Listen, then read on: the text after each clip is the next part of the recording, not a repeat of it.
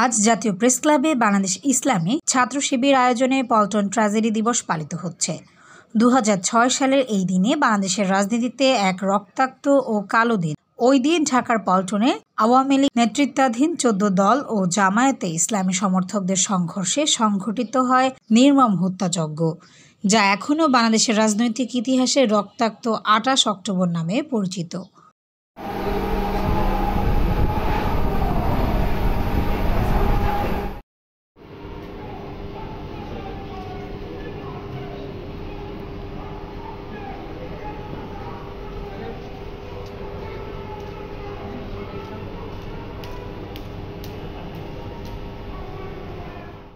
ওই দিন জামায়াতে ইসলামী ও শিবিরের নির্ধারিত সমাবেশে লগি বৈঠা, লাঠি ও আগ্নেয়াস্ত্র নিয়ে হামলা চালানো হয়। প্রকাশ্য দিবালোকে কয়েকজন কর্মীকে পিটিয়ে হত্যা করা হয়, যার মধ্যে শিবির নেতা মুজাহিদুল ইসলাম ও জসিম উদ্দিন ছিলেন। নিহতদের লাশের উপর উল্লাস করেছিল হামলাকারীরা, যা দেশ বিদেশে তীব্র প্রতিক্রিয়া সৃষ্টি করে।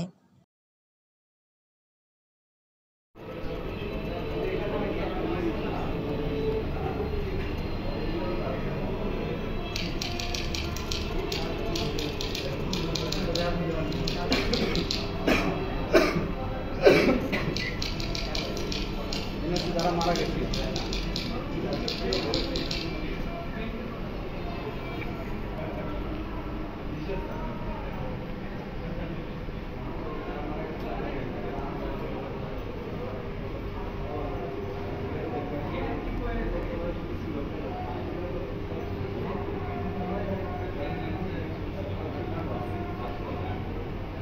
এই ঘটনার বিচার আজও হয়নি, বরং সংশ্লিষ্ট মামলা পরবর্তীতে প্রত্যাহার করা হয়।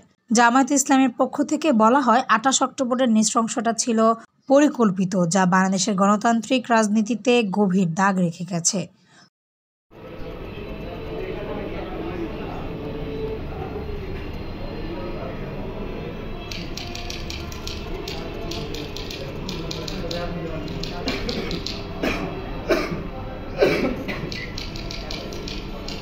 যারা মারা গেছে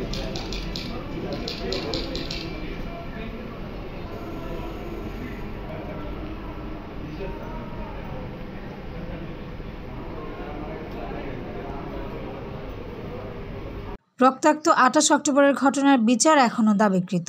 অনেকের মতে, এর ন্যায় বিচার প্রতিষ্ঠিত না হলে জাতি কখনো এই কলঙ্ক থেকে মুক্তি পাবে না।